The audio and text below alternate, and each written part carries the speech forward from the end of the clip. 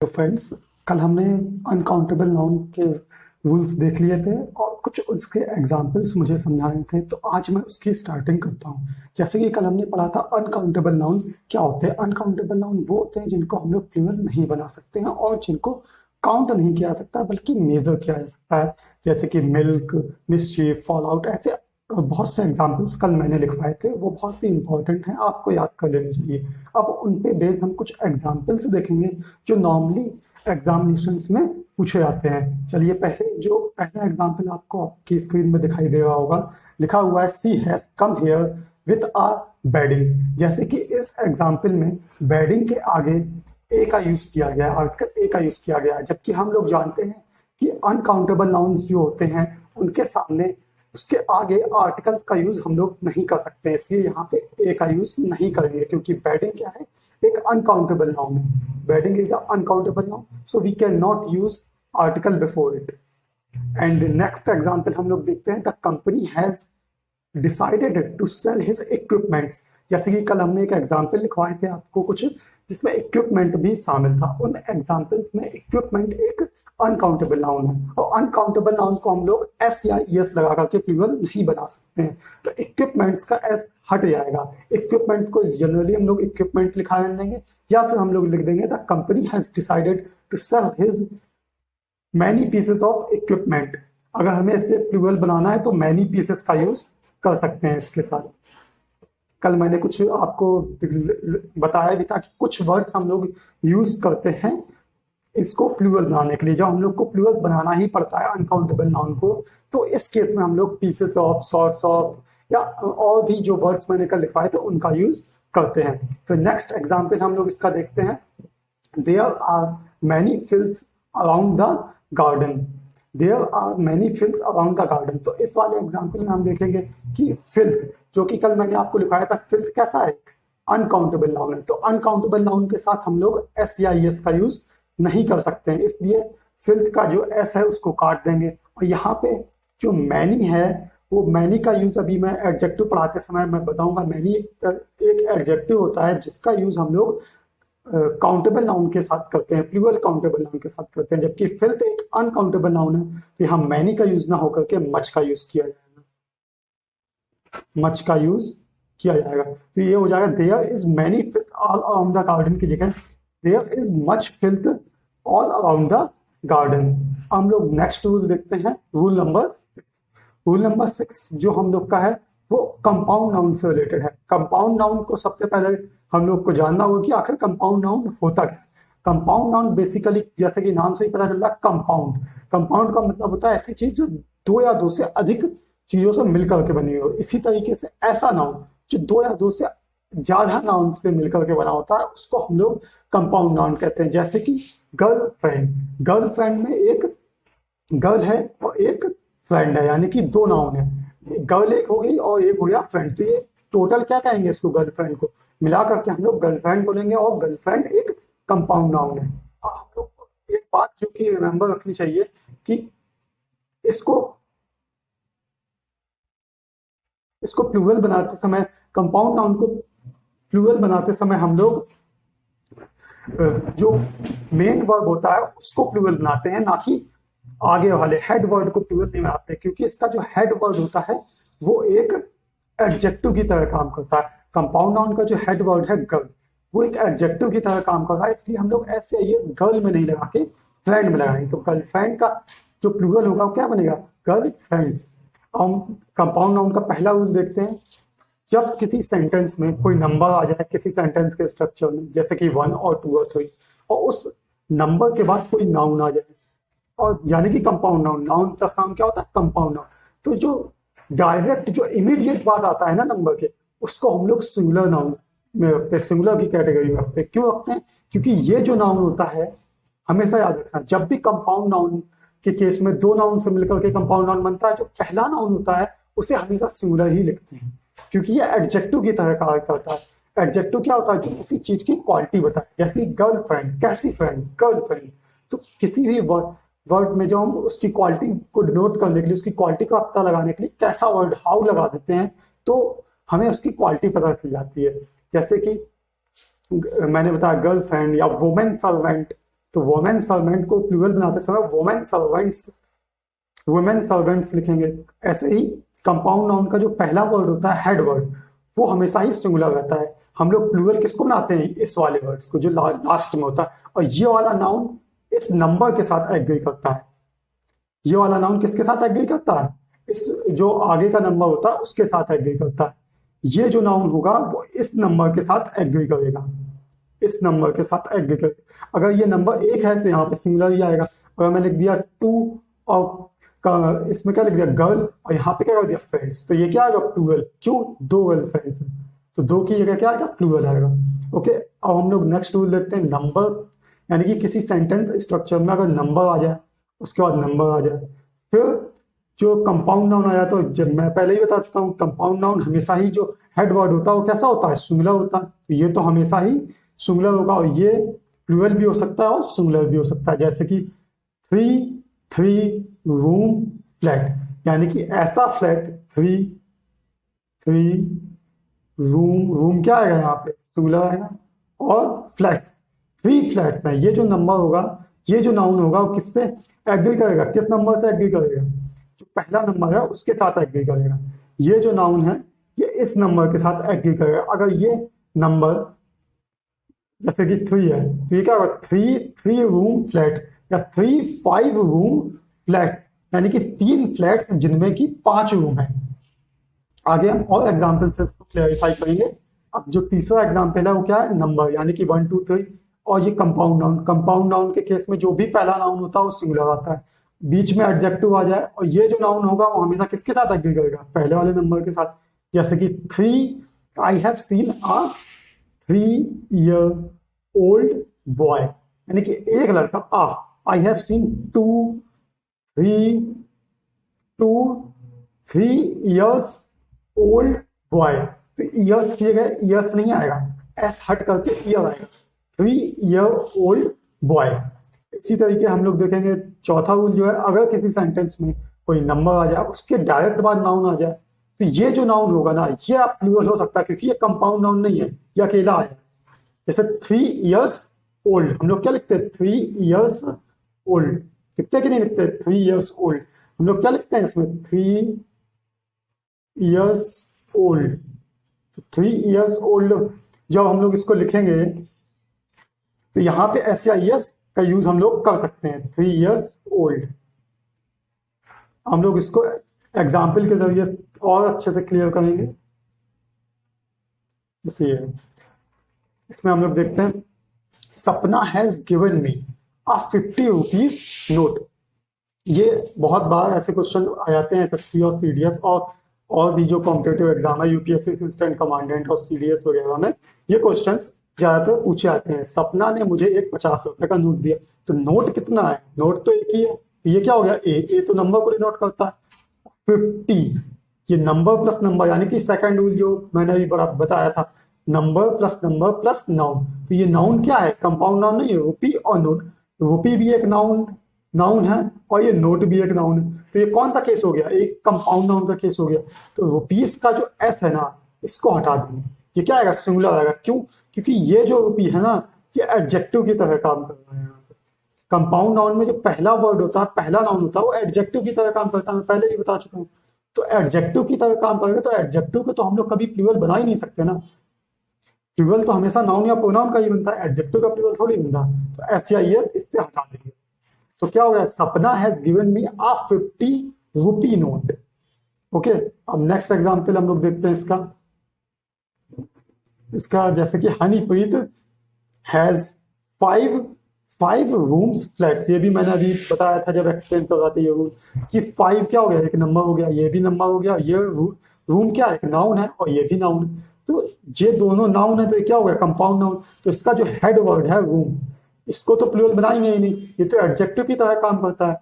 तो एडजेक्टिव की तरह काम करेगा तो इसका एस हटा देंगे। 5 रूम्स फ्लैट, यानी कि हनीप्रीत के पास 5 रूम वाला एक 5 रूम वाले फ्लैट्स हैं, मतलब 5 रूम वाले 5 फ्लैट्स हैं हनीप्रीत के पास, 5 रूम वाले 5 फ्लैट्स हैं। तो हनीप्रीत हैज 5 रूम्स फ्लैट। तो ये जो पहला रूम है ये एडजेक्टिव की तरह काम कर रहा है, यहाँ पे एडजेक्टिव की तरह काम करेगा तो इसका SIS हम लोग हटा देंगे क्योंकि एडजेक्टिव को प्लूरल नहीं बनाते हैं। और फ्लैट्स तो प्लूरल हो गई क्योंकि इस फ्लैट का रिलेशन इस वाले 5 के साथ है, और ये जो 5 आया है इससे ये फ्लैट्स प्लूरल हो जाएगा। ओके, अब नेक्स्ट एग्जाम्पल हम लोग क्लियर करते हैं। पीटर हैज डिसाइडेड टू, यहाँ पे टू डू जो है वो नहीं लिखा है, ये एरर कर दिया पीडीएफ को प्रिंट करते समय। To do, Peter has decided to do a 3-year degree course. तो पीटर ने डिसाइड किया 3 ईयर डिग्री कोर्स। तो डिग्री क्या है? एडजेक्टिव है। कोर्स क्या है? नाउन है। और ईयर भी क्या है? नाउन है। तो नाउन और नाउन क्या हो गया? Compound noun. और कंपाउंड नाउन का हेड वर्ड क्या है? यहाँ पे ईयर। ईयर को हम लोग प्लूरल ना लिख करके सिंगुलर लिखेंगे क्योंकि ये कंपाउंड नाउन के केस में जो फर्स्ट नाउन होता है वो एडजेक्टिव की तरह काम करता है, ना कि नाउन की तरह। उसमें एडजेक्टिव की क्वालिटी होती है। तो एडजेक्टिव को हम लोग प्लूरल या प्लूरल नहीं बना सकते हैं, इसलिए Peter has decided to do a 3-year degree course. यहाँ का एस हम लोग हटा देंगे। अब हम लोग नेक्स्ट एग्जाम्पल को समझते हैं। Munni is 20 years old. तो अब यहाँ पे क्या आएगा? Munni is 20 years old. जैसे कि हम पहले ही बता चुके हैं कि यहाँ पे कंपाउंड नाउन है ही नहीं, ये तो नाउन हो गया, ये नंबर हो गया, और ये क्या है? एडजेक्टिव है, यानी पीछे तो कुछ है ही नहीं। तो ये तो ईयर बिल्कुल सही है क्योंकि ये ईयर इस 20 के अकॉर्डिंग आया, और ये तो एडजेक्टिव है। ये अगर हम यहाँ पे लगा देते हैं Munni is 20 years old girl, तो गर्ल के केस में ईयर भी नाउन हो जाता और गर्ल भी नाउन हो जाता। तो इस केस में जो ईयर्स के साथ एस या ईएस आया है वो हटा देते हैं क्योंकि एस जो ईयर्स है वो यहाँ पे आप एडजेक्टिव की तरह काम करने लगे, पर यहाँ पे ये सही है क्योंकि यहाँ पे कोई भी नाउन नहीं आया है। तो ये सेंटेंस बिल्कुल सही है। हम लोग नेक्स्ट रूल की तरफ आगे बढ़ते हैं। आई थिंक आपको ये समझ में आ गया होगा। Rule number 7। रूल नंबर 7 जो है वो किससे रिलेटेड है? Rule number 7 is related with half. Half यानी कि जो हाफ, हम हाफ क्या एक नाउन, इसका अर्थ क्या होता है? आधा। तो जब भी हाफ को हम लोग किसी सेंटेंस में लिखते हैं तो किस तरह लिखते हैं? हाफ को जब भी किसी सेंटेंस में लिखते हैं तो ए हाफ और नाउन, जैसे कि हम लोग कहते नहीं है अ half our, half I will come there after a half hour. I will take a half hour to complete it. I will take half an hour to complete it. क्यों? Our क्या है? एक इसमें साउंड जो आता है वो किसका आता है? यानी कि वॉवेल्स का आता है, तो ए एन लगता है यहाँ पे, ठीक है, आवर में। और नंबर एंड नंबर देखिए नंबर में जैसे हो गया 1, ठीक है, थर्ड रूल में नंबर में क्या हो गया? 1 and a half hours। 1 and a half hours। तो आवर्स क्या है? यहाँ पे नाउन हमेशा प्लूरल आएगा। क्यों प्लूरल क्यों आएगा? क्योंकि ये एक से ज्यादा हो गया आगे, ये हाफ ऐड हो गया यानी कि ये 1.5 हो गया। अगर हम कम से कम रखेंगे तो 1.5 या 2.5 या 3.5 ऐसे। तो यहाँ पे नाउन क्या आएगा? सही प्लूरल आएगा। सेकेंड जो केस हम लोग देखते हैं, फोर्थ रूल देखते हैं, number noun and a half. जैसे कि नंबर नाउन एंड हाफ। अब ये रूल क्या कहता है? नंबर की जगह क्या आ सकता है? कुछ भी लिख सकते हैं हम लोग। 4 hours and a half।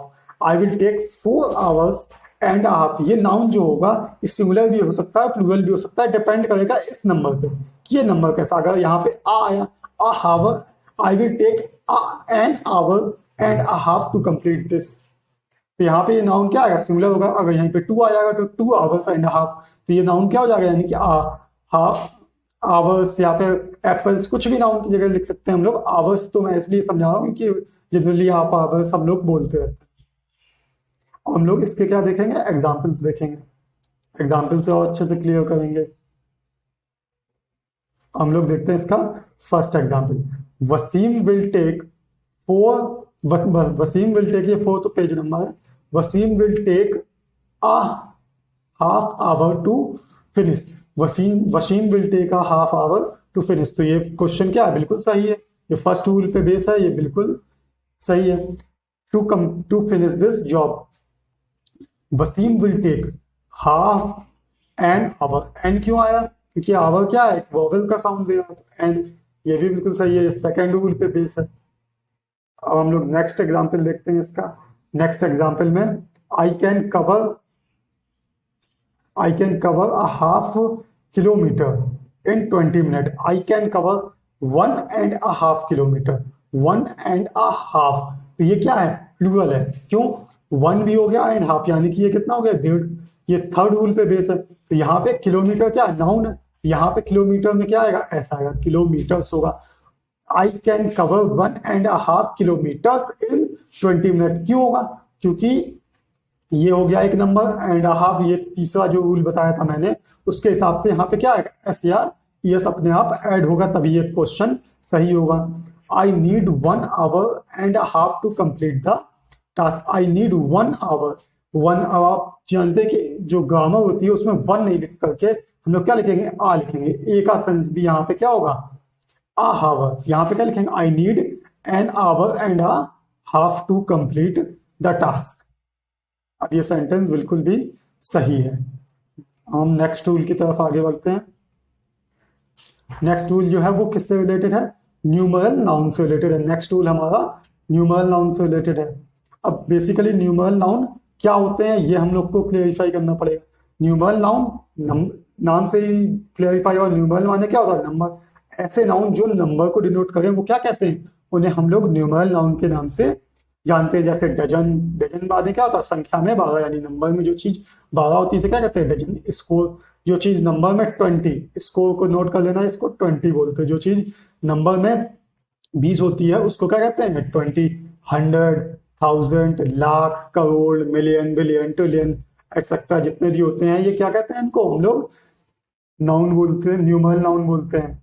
अब न्यूमरल नाउन के हम लोग कुछ रूल्स जानेंगे जो कि एग्जाम में आते हैं। जब न्यूमरल नाउन के आगे कोई नंबर आ जाए, जैसे हम लोग पहले भी हम बता चुके हैं, ये क्या है, प्लूरल नाउन, और ये न्यूमरल नाउन है। तो ये दोनों नाउन ही, तो ये क्या हो गया, कंपाउंड नाउन। और कंपाउंड नाउन के केस में जो पहला नाउन होता है वो हमेशा ही सिंगुलर होता है। ये बात आप नोट कर लीजिएगा। कंपाउंड नाउन के सामने मतलब आगे जो भी नाउन होता है उसका हेड वर्ड जो होता है वो हमेशा ही सिंगुलर होता है। और ये जो नाउन आया है ये किसके अकॉर्डिंग आएगा, इसके अकॉर्डिंग आएगा, नंबर के अकॉर्डिंग। ये हमेशा ही प्लूरल आएगा। जैसे कि 1 dozen bananas, I have bought 1 dozen. Dozen क्या हो गया, न्यूमरल नाउन, और बनानास क्या हो गया, प्लूरल नाउन।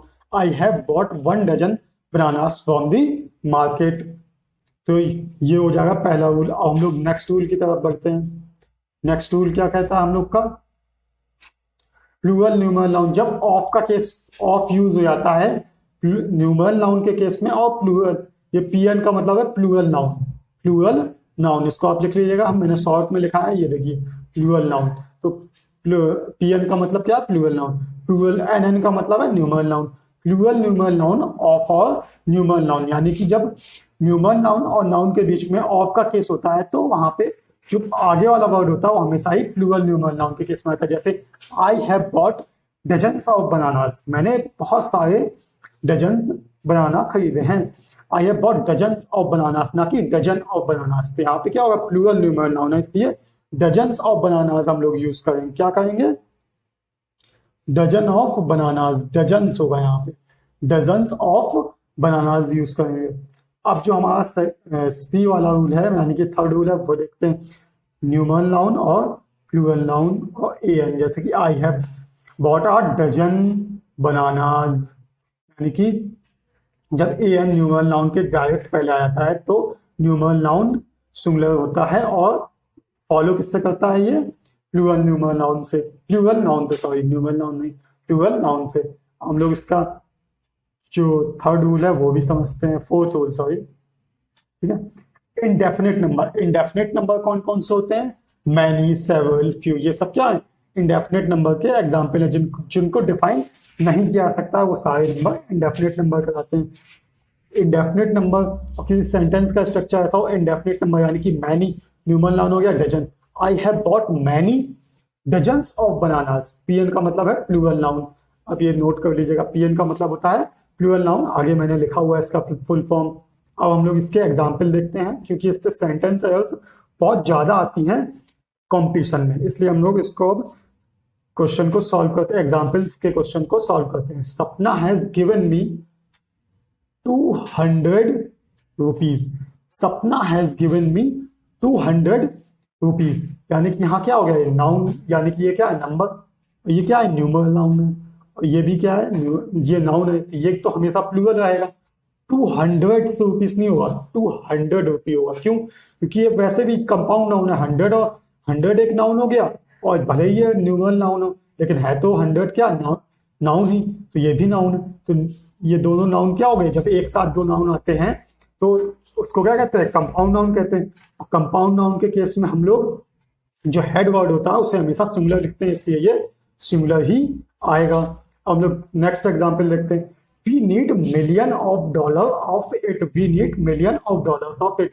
मैंने पहले बताया था, जब न्यूमरल नाउन और प्लूरल नाउन के बीच में ऑफ आ जाता है तो न्यूमरल नाउन जो होता है वो क्या होता है, प्लूरल यूज होता है। तो मिलियन यहाँ पे सिंगुलर यूज क्यों है, तो यहाँ पे क्या हो गया, एस यूज हो जाएगा, यानी कि मिलियंस हो जाएगा। We need millions of dollars, तो मिलियन क्या होगा, यहाँ पे प्लूरल फॉर्म यूज होगा, यानी मिलियन के बाद एस आ जाएगा। We need millions of dollars of. अब इसका हम एक और एग्जाम्पल देखते हैं, दो एग्जाम्पल और हैं भी, फिर नेक्स्ट टूल पे आएंगे हम लोग। इसके एक और एग्जाम्पल हम लोग देखते हैं। There is a dozen of hotels in this city, there is a dozen of hotels in this city, there is a dozens of hotels in this city. तो ये तो बिल्कुल सही है, डजन ऑफ होटल्स मतलब बहुत सारे होटल्स हैं, ये थर्ड रूल पे बेस है, ठीक है। Several thousand of people has been slaughtered, several क्या हो गया, यहाँ पे इंडेफिनिट नंबर हो गया, ये रूल मैंने अभी लास्ट वाला ये रूल है जो कि न्यूमरल नाउन से रिलेटेड है। सेवरल क्या हो गया, एक न्यूमरल नाउन हो गया, ओके।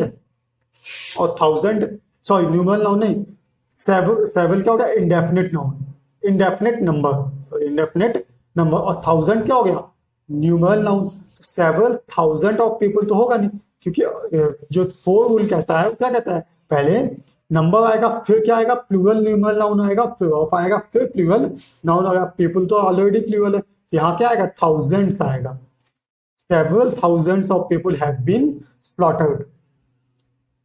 अगर ये एग्जांपल आई थिंक आपको समझ में आ गया होगा, ना आए तो बता दीजिएगा मुझे कमेंट करके, मुझे आप बता दीजिएगा कि मुझे ये समझ में नहीं आया। ओके, अब हम लोग आगे बढ़ते हैं नेक्स्ट टूल में, जो कि किससे रिलेटेड है, कलेक्टिव नाउन। कलेक्टिव नाउन से भी रिलेटेड बहुत सारी एरर्स आती हैं एग्जाम में, ये भी बहुत ही इंपॉर्टेंट चैप्टर है एग्जामिनेशन के व्यू से, एग्जामिनेशन के पॉइंट ऑफ व्यू से ये भी बहुत ही ज्यादा इंपॉर्टेंट चैप्टर। देखते कलेक्टिव नाउन। कलेक्टिव नाउन क्या होता है, पहले तो उसका इंट्रोडक्शन चाहिए कि what is a collective noun. तो वो नाउन जो एक ग्रुप को डिनोट करता है, यानी कि collective noun is a group denoting word. ऐसा नाउन जो कि ग्रुप को डिनोट करता है उसे कलेक्टिव नाउन कहते हैं। जैसे पुलिस, पुलिस एक पूरा कलेक्टिव, यानी पुलिस डिपार्टमेंट को भी बताता है, और एक पुलिस मैन को भी बताता है। यदि हम लोग पुलिस कहेंगे तो उसका सेंस क्या होगा, पूरा का पूरा पुलिस डिपार्टमेंट। तो पुलिस क्या है, एक कलेक्टिव नाउन है। स्टूडेंट, स्टूडेंट क्या है, ये भी एक कलेक्टिव नाउन है। स्टूडेंट को भी हम लोग क्या कहेंगे, कलेक्टिव नाउन के कैटेगरी में रखेंगे, ओके।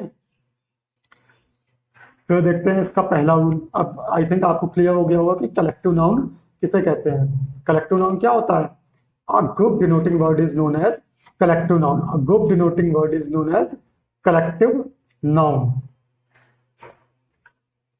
पहला रूल क्या है इसका, कलेक्टिव नाउन। कलेक्टिव नाउन जब किसी यूनिट को रिप्रेजेंट करता है, यानी कि कलेक्टिव नाउन जब किसी यूनिट को रिप्रेजेंट करता है, यानी कि पूरे एक डिपार्टमेंट, जैसे पुलिस जब एक डिपार्टमेंट को डिनोट करेगा, तब इसके साथ जो वर्ब यूज होगी वो कैसी होगी, सिंगुलर वर्ब यूज होगी।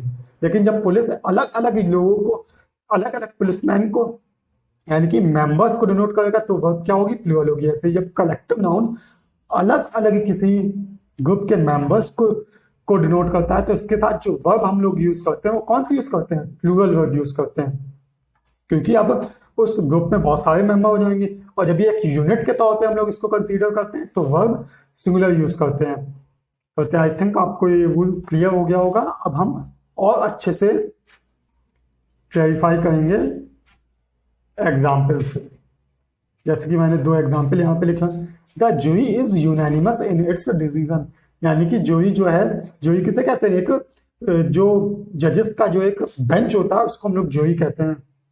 तो the jury is unanimous in its decision. तो जूरी को हम लोग यहाँ पे एक कलेक्टिव नाउन, यानी कि एक यूनिट माना गया, पूरी की पूरी जूरी जो है वो एक मत है किसी डिसीजन पे, यानी कि उसको हम लोग यूनिट माना है। तो वर्ब, जब यूनिट हम लोग किसी कलेक्टिव नाउन को मानते हैं तो वर्ब क्या होती है, सिंगुलर। यहाँ पे सिंगुलर वर्ब यूज हुई है, ये सेंटेंस बिल्कुल सही है। नेक्स्ट एग्जांपल हम लोग देखते हैं, the audience are requested to be in their seat, the audience are requested to be in their seat, ये देयर लिखा हुआ है यहाँ पे, बी इन देयर सीट्स। तो यहाँ पे ऑडियंस से हम लोग अलग अलग रिक्वेस्ट कर रहे हैं, मतलब मेंबर्स, हर एक मेंबर से हम रिक्वेस्ट कर रहे हैं कि वो अपनी सीट पे बैठ जाए। यहाँ पे देयर का भी यूज हुआ है, तो हम इससे भी क्लियरिफाई कर सकते हैं कि यहाँ पे देयर का यूज हुआ है, तो यही आएगा इसमें। ठीक है, देयर क्या प्लूरल, देयर प्लूरल है तो यहाँ पे आर ही आएगा। आर क्या है, सही है, क्योंकि हम लोग मेंबर की तरह ट्रीट कर रहे हैं ऑडियंस को, ना कि एक कलेक्टिवली यहाँ पे। हम लोग नेक्स्ट रूल देखते हैं, ये भी बहुत ही इंपॉर्टेंट रूल है नाउन का। There are some nouns which have different meanings in singular and plural form. बहुत सारे नाउन्स, यानी कि बहुत सारे नाउन्स ऐसे होते हैं जो जिनका जो अर्थ होता है, जिनकी मीनिंग जो होती है वो सिंगुलर फॉर्म में अलग होती है और प्लूरल फॉर्म में उनकी अलग होती है। ऐसे नाउन्स को हम लोग के साथ जो वर्ड यूज करते हैं वो देखेंगे कि उनके सेंस के अकॉर्डिंग, जैसा कि उनका सेंस होगा। जैसे कि एयर, एयर क्या है, सिंगुलर। जब एयर एक सिंगुलर फॉर्म में यूज होता है तब इसका मतलब होता है मिक्सचर ऑफ गैसेस, यानी कि एयर माने हवा, जनरली हिंदी में बोले तो मिक्सचर ऑफ गैसेस। लेकिन जब उसी एयर का यूज हम लोग कर देते हैं, उसके साथ एच या एस लगाते हैं, तो अब इस एयर का मतलब बहुत सारी हवा नहीं होगी, अब इसका मीनिंग चेंज हो जाएगा प्लूरल फॉर्म में। तो इस एयर का मतलब हो जाएगा आर्टिफिशियल कंडक्ट। आर्टिफिशियल कंडक्ट का मतलब होता है बनावटी व्यवहार। जब किसी इंसान, बनावटी व्यवहार आपने जनरली सुना होगा, तो आर्टिफिशियल कंडक्ट का मतलब क्या हो जाएगा, बनावटी व्यवहार। एयर जब सिंगुलर होता है तो उसका मतलब होता है गैस, मिक्सचर ऑफ गैस, और जब प्लूरल होता है तो उसका मतलब होता है आर्टिफिशियल कंडक्ट। हम लोग आके आते हैं एब्यूज। एब्यूज माने जनरली हम लोग जानते हैं एब्यूज माने क्या होता है, गाली देना। जब सिंगुलर होता है तो उसका मतलब होता है गाली देना, जबकि जब प्लूरल हो जाएगा तो उसका मतलब होता है बैड कस्टम, यानी कि बुरे रीति रिवाज जैसे सती प्रथा आदि चलती आई, ये क्या थे, बैड कस्टम थे, यानी कि एब्यूजेस थे। एडवाइस माने जब सिंगुलर फॉर्म में होता है तो एडवाइस का मतलब होता है सलाह, जबकि एडवाइजेस, एडवाइजेस का मतलब बहुत सारी सलाह नहीं होती, क्योंकि एडवाइस एक अनकाउंटेबल नाउन है। तो एडवाइस के सामने जब हम लोग SCIS इसके साथ लगा देते हैं तो एडवाइजेस हो जाता है। एडवाइजेस का अर्थ जो मीनिंग होती है वो चेंज हो जाती है। अब इसका अर्थ क्या हो जाएगा, कमर्शियल इंफॉर्मेशन, यानी कि किसी ग्रुप से जो रिलेटेड जो कमर्शियल इंफॉर्मेशन होती है, गुप्त सूचना जैसे बोलते हैं, उसको हम लोग कमर्शियल इंफॉर्मेशन, अब एडवाइसेस का मीनिंग हो जाएगा। अब देखते हैं असेट। ये असेट लिखा हुआ है, असेट माने क्या होता है, क्वालिटी। इस सिंगुलर फॉर्म में असेट का मतलब होता है क्वालिटी, लेकिन प्लूरल फॉर्म में असेट का मतलब क्या होता है, प्रॉपर्टी। असेट्स, असेट्स माने क्या होता है, प्रॉपर्टी। जैसे अल्फाबेट, अल्फाबेट माने क्या होता है, वर्ण, वर्णमाला। और अल्फाबेट्स यानी कि जब हम अल्फाबेट को प्लूरल कर देते हैं तो इसका मतलब हो जाता है, इसका मीनिंग क्या होता है, लैंग्वेजेस। ऐसे ही हम लोग और देखते हैं आर्म। आर्म का मतलब क्या होता है, भुजा। आर्म्स माने क्या होता है, जब आर्म को हम लोग प्लूरल कर देते हैं तो इसका मतलब हो जाता है वेपन्स। इसका मतलब क्या होता है, वेपन्स। आर्म को जब हम लोग प्लूरल कर देते हैं तब इसका मतलब वेपन्स हो जाता है। कंटेंट, नेक्स्ट देखते हैं कंटेंट माने क्या होता है, कंटेंट माने होता है संतुष्टि, इसको हम लोग बोलते हैं। इसका मतलब होता है कंटेंट माने क्या होता है, संतुष्टि। और जब हम कंटेंट को प्लूरल कर देते हैं तब इसका मतलब क्या होता है, कंटेंट्स, यानी कि सब्जेक्ट मैटर, यानी कि विषय वस्तु, जिसे हम लोग जनरली यूज करते हैं विषय वस्तु, जैसे इंडेक्स वगैरह हम लिखा था तो उसको क्या कहते हैं, कंटेंट्स। या ये एफ लगा देते हैं इसके आगे। कंटेंट माने आत्मसंतुष्टि और कंटेंट्स माने सब्जेक्ट मैटर। रिगार्ड, रिगार्ड जब सिंगुलर होता है तो उसका मतलब होता है रिस्पेक्ट, जबकि रिगार्ड्स का मतलब होता है वेल विशेस। ऐसे पेन, पेन का मतलब होता है, पेन, पेन का मीनिंग होता है दर्द, और पेन का मीनिंग क्या होता है, एफर्ट। मतलब पेन को जो हम लोग प्लूरल बनाते हैं तो उसका मीनिंग एफर्ट होता है। मैनर माने मेथड होता है, और मैनर्स माने बिहेवियर। कलर माने होता है रंग, कलर्स माने फ्लैग। ऐसे ही पढ़ते आएंगे हम लोग। ग्रीन का हरा रंग होता है, ग्रीन्स माने होता है वेजिटेबल्स। वाटर, वाटर्स, क्वार्टर का 1/4 होता है, क्वार्टर्स माने रेसिडेंस। सैंड माने बालू, और सैंड्स माने डेजर्ट। वुड्स, वुड माने लकड़ी, वुड्स माने फॉरेस्ट। ग्लास माने कांच, ग्लासेस माने गॉगल। कस्टम, कस्टम्स माने टैक्स। रिटर्न माने क्या होता है, वापस आना, जबकि रिटर्न को हम लोग प्लूरल बना देते हैं तो क्या कहते हैं, रिटर्न्स। इनकम, आयरन माने होता है लोहा, आयरन्स। हमने आयरन को जब आयरन्स कर दिया तो उसका मतलब होता है चैन, जंजीर। वर्क, वर्क माने होता है काम, वर्क माने होता है फैक्ट्री। बीफ माने होता है गाय का मांस, बीफ्स माने होता है कैटल। गुड माने होता है अच्छा, और गुड्स माने क्या होता है, जब हम गुड को प्लूरल कर देते हैं तो गुड्स माने हो जाता है लगेज। हम इसका एक एग्जाम्पल के जरिए इसको और क्लैरिफाई करेंगे। It is not difficult to learn the alphabets of English language. कितना अच्छा एग्जाम्पल है ये। इट इज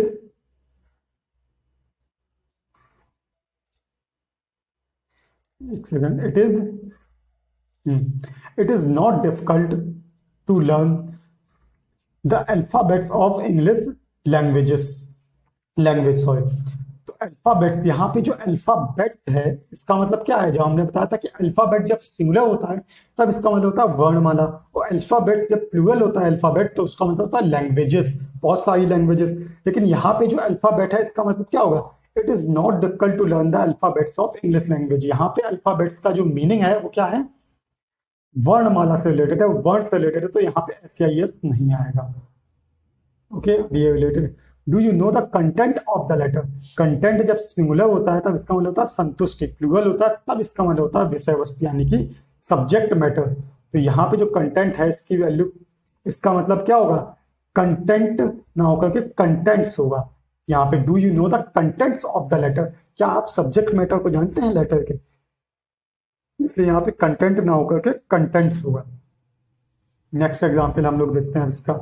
ये लास्ट टूल है, इसके आगे हम लोग कल देखेंगे। ये लास्ट टूल का लास्ट एग्जाम्पल है।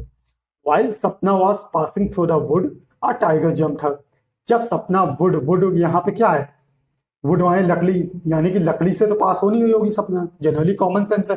यानी कि जब सपना जंगल से जा रही थी तब उस पर टाइगर ने अटैक कर दिया। तो यहाँ पे वुड क्या होगा, वुड माने होता है लकड़ी, लेकिन जब वुड प्लूरल हो जाता है तब इसका मतलब क्या होता है, जंगल। तो वुड्स होगा यहाँ वुड की। थैंक यू, आज के लिए बस इतना ही। जो नेक्स्ट टूल है पसेशन और रिलेशन अपॉस्ट्रोफी एस से रिलेटेड, ये भी बहुत ज्यादा इंपॉर्टेंट है, ये हम नेक्स्ट क्लास में कवर करेंगे। Okay, so take care, bye bye. और ये रूल्स जो मैंने आपको बताए हैं वो आप अच्छे से कवर कर लीजिएगा, याद कर लीजिएगा, फिर आगे आपको नेक्स्ट क्लास में समझ में आया होगा। अगर आपने पहले वाली वीडियो ना देखी हो तो वो भी देख लीजिएगा। Thank you.